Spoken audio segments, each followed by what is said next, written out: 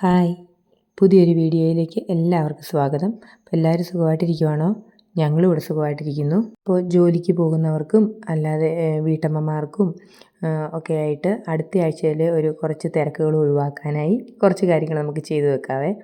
അപ്പോൾ ഈ ഒരു വീഡിയോ ഫോളോ ചെയ്യുന്നവർക്ക് അതുപോലെ ചെയ്യാം. പിന്നെ അവരവരുടെ രീതികൾക്കനുസരിച്ച് മീൽ പ്ലാനിങ്ങുകളും കാര്യങ്ങളും ഒക്കെ നമുക്ക് റെഡിയാക്കാവുന്നതാണ്. അപ്പോൾ ഈ ഒരാഴ്ചയിൽ ഞാൻ കഴിഞ്ഞ മീൽ പ്ലാനിങ് വീഡിയോയിൽ കുറേയധികം പേര് കുറച്ചധികം സംശയങ്ങൾ ചോദിച്ചായിരുന്നു. അതായത് നമ്മൾ കഴിഞ്ഞ വീഡിയോ ഇട്ടപ്പോൾ അത് കണ്ടിട്ട് ഒരുപാട് സംശയങ്ങൾ ചോദിച്ചു. പിന്നെ ഒരുപാട് സപ്പോർട്ട് വന്നു. ഒരുപാട് താങ്ക്സ് നിങ്ങളെല്ലാവരും സപ്പോർട്ട് ചെയ്തതിന്. നമ്മളൊരു കുഞ്ഞു ചാനലാണ്, തുടങ്ങിയിട്ട് കുറച്ച് നാളേ ആയിട്ടുള്ളൂ. അപ്പോൾ അതിലൂടെ നിങ്ങൾ ചോദിച്ച കുറച്ച് സംശയങ്ങൾക്ക് ഞാനിപ്പോൾ എൻ്റെ അനുഭവത്തിൽ നിന്ന് ആൻസർ പറയുവാണേ. കാരണം എന്ന് വെച്ചിട്ടുണ്ടെങ്കിൽ ഞാൻ ചെയ്ത് വന്നപ്പോൾ എനിക്ക് കിട്ടിയ കുറച്ച് എന്ന് പറഞ്ഞാൽ എനിക്ക് പറ്റിയ കുറച്ച് അബദ്ധങ്ങളും അതൊക്കെ ഞാൻ എങ്ങനെയാണ് മെയിൻറ്റെയിൻ ചെയ്ത് പോയെന്നും ഒക്കെ നിങ്ങളോട് പറയാട്ടോ. അപ്പോൾ നിങ്ങൾ ചോദിച്ച കുറേ ക്വസ്റ്റ്യൻസ് ഉണ്ട്, അതിനൊക്കെ ഞാൻ ഈ ഒരു വീഡിയോയിലൂടെ ഉത്തരവും പറയാം കേട്ടോ. അപ്പോൾ ആദ്യമായിട്ട് കുറേയധികം പേര് ചോദിച്ചായിരുന്നു, തേങ്ങ നമ്മൾ വറുത്ത് വെക്കുമ്പോൾ എത്ര ദിവസം വരെ ഇരിക്കുമെന്ന്.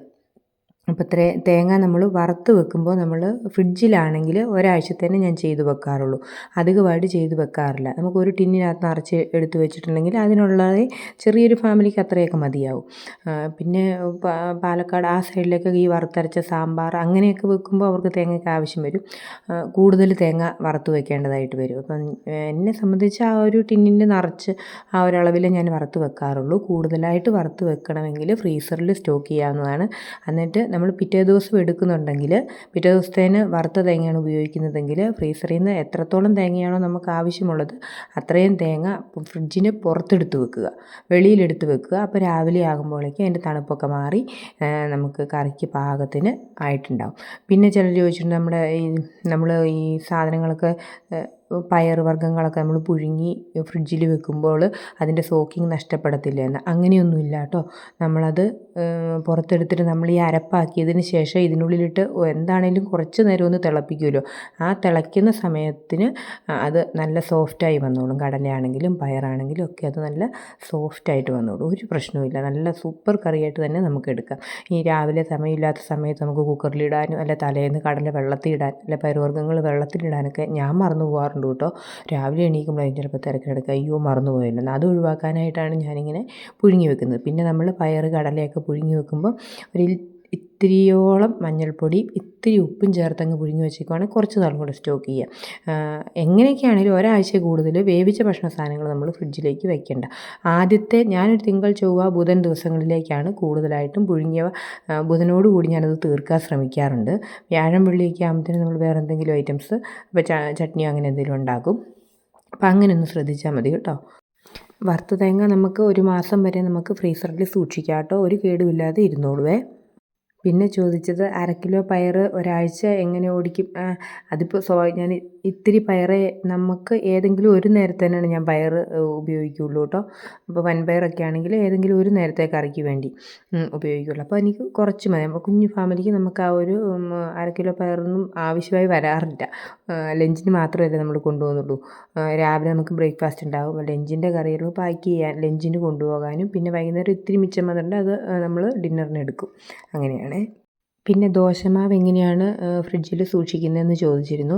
അപ്പോൾ ദോശയ്ക്കുള്ള മാവ് ഞാനിവിടെ 2 ഗ്ലാസ് അരിക്ക് 3/4 ഗ്ലാസ് ഉഴുന്ന്, പിന്നെ അതിൻ്റെ കൂടെ ഒരു 1/4 ടീസ്പൂണോളം ഉലുവ, ഇത്രയും ചേർത്തിട്ടാണ് അരയ്ക്കുന്നത്. പിന്നെ ഞാൻ ചോറോ അവലോ അങ്ങനെയുള്ള ഒന്നും ആ കൂട്ടത്തിൽ അരയ്ക്കാറില്ല. ഇത്രയും സംഭവങ്ങൾ ചേർത്ത് ഒന്നിച്ചാൽ. പിന്നെ വെള്ളത്തിലിടുമ്പോൾ അരിയും ഉഴുന്നും സെപ്പറേറ്റാണ് വെള്ളത്തിലിടുന്നത്, ഒന്നിച്ച് വെള്ളത്തിലിടാറില്ല. അതിനുശേഷം അരി നന്നായിട്ട് കഴുകണം. കഴുകിയതിന് ശേഷമേ നമ്മൾ വെള്ളം ഒഴിച്ചിടാവുള്ളേ. ഉഴുന്നാണെങ്കിൽ നമ്മൾ നന്നായിട്ട് വെള്ളം ഒഴിച്ച് കഴുകിയതിന് ശേഷമാണ് നമ്മൾ വെള്ളത്തിലിടാവുള്ളൂ. വെള്ളത്തിലിട്ടതിന് ശേഷം നമ്മൾ അരയ്ക്കാൻ സമയമാകുമ്പോൾ നല്ല ക്ലീൻ വാട്ടറിൽ തന്നെയാണല്ലോ അത് കിടക്കുന്നത്. അപ്പോൾ ഈ ഉഴുന്ന് വെള്ളത്തിലിട്ട ആ വെള്ളം കൊണ്ട് വേണം നമ്മൾ അരി ഉഴുന്ന് മുഴുവനായിട്ട് അരച്ചെടുക്കാനായിട്ട്. ഇപ്പം അരിയാണെങ്കിലും ആദ്യം അരി അരച്ചെടുക്കുന്നു.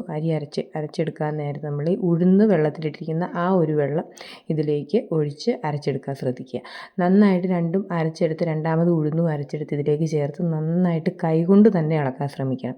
നമ്മുടെ കയ്യിൽ മാവിലൊക്കെ കുറച്ച് ബാക്ടീരിയാസൊക്കെ ഉണ്ട്. അതൊക്കെ ഇതിലേക്ക് ചെല്ലുമ്പോഴാണ് നന്നായിട്ട് മാവ് പുളിച്ച് പൊങ്ങുന്നത്. അപ്പം അത് നമ്മൾ കൈ കൊണ്ട് തന്നെ മാക്സിമം ഇളക്കാനായിട്ട് ശ്രദ്ധിക്കുക. തവിയൊന്നും ഉപയോഗിക്കാതെ കൈ വൃത്തിയാക്കിയതിന് ശേഷം കൈ കൊണ്ട് തന്നെ ഇളക്കി യോജിപ്പിക്കുക.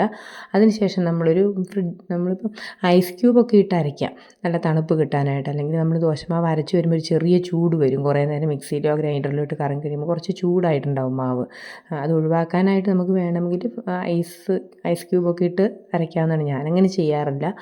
ഈ ഉഴുന്നിൻ്റെ വെള്ളം തന്നെ ഒഴിച്ചാണ് അരയ്ക്കുന്നത്. അരച്ചതിന് ശേഷം നന്നായിട്ട് മിക്സ് ചെയ്തതിന് ശേഷം ഒരു മണിക്കൂർ നമുക്ക് പുറത്ത് തന്നെ വെക്കാം. വെള്ളത്തിലിറക്കി വെക്കുക. ഇച്ചിരി വെള്ളം ഒരു വലിയ പാത്രത്തിലേക്ക് പിടിച്ചിട്ട് അതിലേക്ക് ഈ മാവ് ഇറക്കി വെച്ചാൽ മതി, പാത്രത്തോടു കൂടി. അപ്പോൾ അതിൻ്റെ ആ ഒരു ചൂടങ്ങ് പൊക്കോളും. ചൂട് പോയതിന് ശേഷം മാത്രമേ നമ്മൾ ഫ്രിഡ്ജിലേക്ക് വെക്കാവുള്ളൂ. ആ 1 മണിക്കൂർ വെച്ചതിന് ശേഷം നമ്മളത് ഫ്രിഡ്ജിലേക്ക് വെക്കുക. ഫ്രിഡ്ജിലേക്ക് ഒരു കണ്ടെയ്നറിനകത്താക്കി ഫ്രിഡ്ജിലേക്ക് വെക്കുക. ഫ്രിഡ്ജിലേക്ക് വെച്ചതിന് ശേഷം എന്നാണോ നമ്മൾ ദോശ ചുടാൻ തീരുമാനിക്കുന്നത് അതിൻ്റെ തലേന്ന് ആവശ്യത്തിനുള്ള മാവ് പുറത്തെടുത്ത് വെക്കുക. അഥവാ പുളിക്കാൻ ബുദ്ധിമുട്ടാണെങ്കിൽ ഒന്നെങ്കിൽ റൈസ് കുക്കറിൽ ചെറു ചൂടുവെള്ളത്തിൽ ഇറക്കി വെക്കാം. ചെറു ചൂടുവെള്ളത്തിൽ നിന്ന് അങ്ങനെ തന്നെ റൈസ് കുക്കറിലേക്ക് മാറ്റി മൂടി വെച്ചിട്ടുണ്ടെങ്കിൽ രാവിലെ ആകുമ്പോൾ മാവ് നന്നായിട്ട് പുളിച്ചു പൊങ്ങും. അല്ലെങ്കിൽ ചെറു ചൂടുവെള്ളത്തിലേക്കും, നല്ല തണുപ്പുള്ള സ്ഥലമൊക്കെയാണ്, ഇവിടെ ഇടുക്കിയിൽ നല്ല തണുപ്പാണല്ലോ. അപ്പം ഞാൻ ചെയ്യുന്നത് സാധാരണ ചെറു ചൂടുവെള്ളത്തിൽ ഈ മാവ് ഇറക്കി വെക്കുകയോ ചെയ്യാറ്. പാത്രത്തോടു കൂടി ഇറക്കി വെക്കും. അപ്പോൾ അത് രാവിലെ ആകുമ്പോഴത്തേനും പുളിച്ചു പോകും. പിന്നെ നല്ല തണുപ്പുള്ള സ്ഥലമൊക്കെ ആണെങ്കിൽ ഇച്ചിരി നേരത്തെ പുറത്തെടുത്ത് വെക്കാൻ ഓർത്താൽ മതി കേട്ടോ. പിന്നെ ചൂടാൻ നേരത്ത് മാത്രമേ നമ്മളതിനകത്ത് ഉപ്പ് ചേർക്കാവുള്ളൂ. ഉപ്പും ഒരു ലേശം പഞ്ചസാരയും കൂടി ചേർത്തിൻ്റെ പുളിപ്പൊക്കെ ഒന്ന് ഇതായിക്കോളുവേ. അപ്പം അങ്ങനെയാണ് ദോശമാവ് ഞാൻ ഫ്രിഡ്ജിൽ സൂക്ഷിക്കാറ്. അപ്പോൾ ആവശ്യമുള്ളത് മാത്രം പുറത്തെടുത്ത് വെക്കുക, ബാക്കി ഫ്രിഡ്ജിൽ തന്നെ വെച്ചേക്കുക. പിന്നെ കുറേ പേരെന്നോട് പറഞ്ഞായിരുന്നു പ്ലാസ്റ്റിക് കണ്ടെയ്നേഴ്സിനകത്ത് ഫുഡ് ഐറ്റംസ് സ്റ്റോർ ചെയ്യാൻ പാടില്ല എന്ന്. എനിക്കും അറിയാം. അപ്പം നമ്മൾ പതിയെ അത് മാറ്റങ്ങൾ വരുത്തും കേട്ടോ. വെജിറ്റബിൾസൊക്കെ കട്ട് ചെയ്ത് ഞാൻ പ്ലാസ്റ്റിക്കിൽ തന്നെയാണ് വയ്ക്കുന്നത്. എങ്കിലും ഫുഡ് ഐറ്റംസ് നമുക്കറിയാം പ്ലാസ്റ്റിക് പാത്രങ്ങളിൽ സ്റ്റോർ ചെയ്യാൻ പാടില്ല എന്നുള്ളത്. എനിക്കും അതറിയാം. നമ്മൾ മാറ്റങ്ങൾ വരുത്തുന്നതായിരിക്കും ഉറപ്പായിട്ടും. പതിയെ അങ്ങനത്തെ കുറച്ച് പാത്രങ്ങളൊക്കെ മേടിക്കണം എന്ന് എനിക്ക് ആഗ്രഹമുണ്ട്. ഇപ്പോഴത്തെ ഒരു സാഹചര്യത്തിൽ അത്രയും വില കൂടിയ പാത്രങ്ങളൊന്നും മേടിക്കാൻ പറ്റില്ല. പതിയെ നമ്മൾ വാങ്ങിക്കും. അപ്പം അങ്ങനത്തെ ഉപദേശത്തിനൊക്കെ ഒരുപാട് താങ്ക്സ് കേട്ടോ. പിന്നെ കുറേ പേര് ചോദിച്ചിട്ടുണ്ടായിരുന്നു എൻ്റെ സ്റ്റോറേജ് ബോക്സസ്, ആ വലിയ ബോക്സൊക്കെ, പല അറകളുള്ള ബോക്സൊക്കെ എവിടുന്നാണ് വാങ്ങിച്ചതെന്ന് ചോദിച്ചിട്ടുണ്ടായിരുന്നു. ഞാൻ മീഷോയിൽ നിന്ന് കുറേയധികം സാധനങ്ങൾ ഓൺലൈനായിട്ട് പർച്ചേസ് ചെയ്തിട്ടുണ്ടായിരുന്നു. നമ്മുടെ വീട് പണിയൊക്കെ നടന്നുകൊണ്ടിരിക്കുകയാണ്. അപ്പോൾ പുതിയ വീട്ടിലേക്ക് കുറച്ച് ഐറ്റംസൊക്കെ ഞാൻ മീഷോയിൽ നിന്ന് വാങ്ങിയിട്ടുണ്ടായിരുന്നു. അതൊക്കെ ഓൺലൈനായിട്ട് ഞാൻ പർച്ചേസ് ചെയ്ത സാധനങ്ങളുടെ എല്ലാം വീഡിയോസ് ഞാൻ ചെയ്തിട്ടുണ്ട്. നമ്മുടെ ചാനലിലുണ്ട് കേട്ടോ. അതൊന്ന് പോയി കാണുക. അതിൻ്റെ എല്ലാത്തിൻ്റെയും തന്നെ ലിങ്ക് ഞാൻ ആ ഓരോ വീഡിയോയുടെയും ഡിസ്ക്രിപ്ഷനിൽ കൊടുത്തിട്ടുമുണ്ട്. അപ്പോൾ ആവശ്യമുള്ളവർ ലിങ്കിൽ കയറിയാൽ മതി. ചിലതൊക്കെ ഔട്ട് ഓഫ് സ്റ്റോക്കൊക്കെ ആയി പോയിട്ടുണ്ടെങ്കിലും ഓൾമോസ്റ്റ് എല്ലാ സാധനങ്ങളും തന്നെ ഉണ്ടെന്ന് തോന്നുന്നു. അപ്പോൾ അതിൻ്റെ വീഡിയോസൊക്കെ നമ്മുടെ ചാനലിൽ തന്നെ കിടപ്പുണ്ട് കേട്ടോ. പിന്നെ ഈ കടല, പയർ അങ്ങനെയുള്ളതൊക്കെ പുഴുങ്ങിയൊക്കെ സ്റ്റോർ ചെയ്യുമെങ്കിലും കറിയായിട്ട് ഞാനൊന്നും ഫ്രിഡ്ജിൽ അങ്ങനെ സൂക്ഷിക്കാറില്ല കേട്ടോ. കാരണം കറി വെച്ച സാധനങ്ങൾ മാക്സിമം അപ്പോൾ തന്നെ തീർക്കാനുള്ള എമൗണ്ടിൽ ഞാൻ കറി വെക്കാറുള്ളൂ. അതുപോലെ തന്നെ എന്ത് ആഹാര സാധനങ്ങളാണെങ്കിലും അപ്പോഴപ്പോഴുള്ള ആവശ്യത്തിനുള്ളത് ഞാൻ എടുക്കാറുള്ളൂ, ഉണ്ടാക്കാറുമുള്ളൂ. ഫ്രിഡ്ജിൽ നമ്മൾ പാകം ചെയ്ത ഭക്ഷണ സാധനങ്ങൾ അധികം ഞാൻ സൂക്ഷിക്കാറില്ല. പിന്നെ ഇങ്ങനെയെല്ലാം സെറ്റ് ചെയ്ത് വെക്കും. കറികൾക്കെല്ലാം ഇതുപോലെ അരിഞ്ഞ് സെപ്പറേറ്റ് വെക്കും. അപ്പോൾ ഇങ്ങനെയൊക്കെ ഒരു ബോക്സ് ഉണ്ടെങ്കിൽ നമുക്ക് എളുപ്പമുണ്ട്. ഓരോന്നും ഓരോ ബോക്സിൽ കൂടി ആക്കി വെക്കാം. അപ്പോൾ നമുക്ക് ഓരോന്നായിട്ട് നമുക്ക് ഓരോ ദിവസം എടുത്താൽ മതി. അടച്ചങ്ങ് വെച്ചിട്ടുണ്ടെങ്കിൽ ഒരു വെള്ളിയിലേക്ക് കയറ്റി വെച്ചാൽ എളുപ്പമുണ്ടാവും. അപ്പം വെജിറ്റബിൾസ് എല്ലാം ഞാൻ മാക്സിമം ഒരാഴ്ചത്തേനുള്ള തോരന്, മെഴുക്ക് പുരട്ടി, സാലഡ് അങ്ങനെയുള്ളതിനെല്ലാം ഞാൻ കൃത്യമായിട്ടും അരിഞ്ഞ് തന്നെ വെക്കും. എളുപ്പമുണ്ട്. രാവിലെ നമുക്ക് ജസ്റ്റ് അതൊന്ന് എടുത്താൽ മതി. അതുപോലെ തന്നെ സവാള അരിഞ്ഞ് ഒരിക്കലും ഫ്രിഡ്ജിൽ സൂക്ഷിക്കാറില്ല കേട്ടോ. സവാള ഒരിക്കലും അരിഞ്ഞ് ഫ്രിഡ്ജിൽ സൂക്ഷിക്കാതിരിക്കുന്നതാണ് നല്ലത്. കൊള്ളത്തില്ല. നമുക്ക് ഇത് തൊണ്ട് കളഞ്ഞിട്ട് നന്നായിട്ട് ടിഷ്യൂ പേപ്പർ വെച്ച്, അല്ലെങ്കിൽ ടിഷ്യൂ പേപ്പറിന് നന്നായിട്ട് വാഷ് ചെയ്തിട്ടാണെങ്കിൽ നന്നായിട്ട് തുടച്ച് വെള്ളം കളഞ്ഞതിന് ശേഷം ഒരു ബോക്സിലിട്ട് ടൈറ്റായിട്ട് അടച്ച് വെച്ച് സൂക്ഷിക്കാവുന്നതാണ്. തൊണ്ട് കളഞ്ഞ് വെക്കാം. അത് ഉള്ളി പോലെ തന്നെ സവാള നമുക്ക് തൊണ്ട് കളഞ്ഞ് വെക്കാം. പക്ഷേ അരിഞ്ഞ് സൂക്ഷിക്കുന്നത് കൊള്ളത്തില്ല. പിന്നെ സാമ്പാറിൻ്റെയൊക്കെ കഷ്ണങ്ങളാണെങ്കിൽ നമുക്ക് എല്ലാ കഷ്ണങ്ങളും കൂടെ ഒന്നിച്ച് കട്ട് ചെയ്ത് ഒരു ബോക്സിലാക്കാം. പക്ഷേ അത് തൊട്ടടുത്ത ദിവസം തന്നെ എടുക്കണം. ഒരുപാട് ദിവസത്തേക്ക് സാമ്പാറിൻ്റെ കഷ്ണങ്ങൾ ഒന്നിച്ച് അരിഞ്ഞ് ഫ്രിഡ്ജിൽ വെച്ചിട്ടുണ്ടെങ്കിൽ അതും ഈ പറഞ്ഞ പോലെ കൊള്ളത്തില്ല. പിന്നെ വഴുതനങ്ങ, അതുപോലെ എന്താ കായ ഒക്കെ നമ്മൾ അരിഞ്ഞ് അങ്ങനെ സൂക്ഷിക്കണം. എനിക്കൊരു കറചൊവയുണ്ടാവും. ഇപ്പം അത് പുറത്തേക്ക് മറ്റുള്ള ഇതിലേക്ക് പിടിച്ചില്ലെങ്കിലും അതിൻ്റെ ഒരു കറചൊവ അതിനുണ്ടാവും കേട്ടോ. അപ്പോൾ അങ്ങനെയുള്ള സാധനങ്ങളൊക്കെ ഇന്നിപ്പോൾ വൈകുന്നേരം കട്ട് ചെയ്ത് വെച്ചതിന് ശേഷം നാളെ രാവിലെ തന്നെ അത് മാക്സിമം ഒന്നിച്ച് കട്ട് ചെയ്ത് വെക്കുമ്പോൾ അത് പിറ്റേ ദിവസം തന്നെ എടുക്കാനായിട്ട് ശ്രദ്ധിച്ചാൽ മതി. ഒരു ദിവസത്തേനൊക്കെ കട്ട് ചെയ്ത് വെച്ചെന്നോർത്ത് കുഴപ്പമില്ല. കുറേ ദിവസത്തേനാകുമ്പം 3-4 ദിവസത്തേനൊക്കെ സാമ്പാർ കഷ്ണങ്ങളൊക്കെ ഒന്നിച്ച് എല്ലാ കഷ്ണങ്ങളും ഒന്നിച്ച് മിക്സ് ചെയ്ത് അടച്ചു വെക്കുമ്പോൾ അത് കൊള്ളത്തില്ല. പിന്നെ നമ്മൾ ഇതുപോലെ എല്ലാ വെജിറ്റബിൾസ് എല്ലാം നമ്മൾ കണ്ടല്ലോ, എല്ലാ തവണയും നമ്മൾ ചെയ്യുന്നത് പോലെ തന്നെ മഞ്ഞൾ ഉപ്പിട്ട വെള്ളത്തിൽ കുറച്ച് നേരം ഇട്ട് വെക്കുന്നു. അപ്പോൾ തലേന്ന് രാത്രിയിൽ നമ്മൾ ഡൈനിങ് ടേബിളിലേക്ക് തുണി വിരിച്ച് ഇതെല്ലാം കഴുകി വാരി വെള്ളം വാർന്നതിന് ശേഷം അതിലേക്ക് വിരിച്ചിടുന്നു. പിറ്റേ ദിവസം രാവിലെ ആകുമ്പോൾ വെള്ളമൊക്കെ വാർന്നിരിക്കും, നല്ല ഉണങ്ങി കിടക്കും. ഡൈനിങ് ടേബിളിലാകുമ്പോൾ കഴിഞ്ഞ വീഡിയോയിൽ ഞാൻ പറഞ്ഞിരുന്നല്ലോ, മറ്റുള്ള പല്ലി പാറ്റ അങ്ങനെയുള്ള ശല്യമൊന്നുമില്ല. വേണമെങ്കിൽ ഒന്ന് കവർ ചെയ്തും കൂടി ഇട്ടാൽ മതി. അപ്പോൾ രാവിലെ ആകുമ്പോൾ വെള്ളമൊക്കെ വലിഞ്ഞിരിക്കും. പിറ്റേ ദിവസം നമുക്കത് കട്ട് ചെയ്ത് വെക്കാം. ബാക്കിയുള്ളത് ഇതുപോലെ സ്റ്റോറേജ് ബോക്സസിലേക്ക് മാറ്റിയിട്ട് മുകളിലായിട്ടൊരു ടിഷ്യൂ പേപ്പറും കൂടി ഇടാൻ മറക്കരുത്. കാരണം ഈ അടുപ്പിൻ്റെ മുകളിലായിട്ട് ഈർപ്പം വന്നിട്ട് വെജിറ്റബിൾസിലേക്ക് വീണ്ടും അത് കേടാവാൻ ചാൻസ് ഉണ്ട്. ഞാനിപ്പോൾ അത് ഓർക്കാതെ അങ്ങ് അടച്ചു വെച്ചു. അത് കഴിഞ്ഞപ്പോഴാണ് ടിഷ്യൂ പേപ്പർ വെച്ചില്ലോ എന്നോർത്ത് പിന്നീട് ഞാനത് ടിഷ്യൂ പേപ്പർ ഇട്ട് വെച്ചായിരുന്നു കേട്ടോ. പിന്നെ ഇത് സ്വീറ്റ് കോണാണ്. സ്വീറ്റ് കോണൊക്കെ മേടിച്ചിട്ടുണ്ടെങ്കിൽ നമുക്ക് പെട്ടെന്ന് 4 മണിക്ക് വരുമ്പം പെട്ടെന്ന് എന്തെങ്കിലും ഒന്ന് റെഡിയാക്കി ഇച്ചിരി ബട്ടറൊക്കെ ഇട്ട് റെഡിയാക്കി കൊടുത്തിട്ടുണ്ട്. കുട്ടികൾക്ക് ഇഷ്ടമായതുകൊണ്ട് ഞാൻ ഇതൊക്കെ കട്ട് ചെയ്ത് ഇതൊന്നും ഒരുപാട് ദിവസത്തേക്ക് ഒരിക്കലും വെക്കരുത്. 1-2 ദിവസത്തേനൊക്കെ വെക്കാവുള്ളൂ.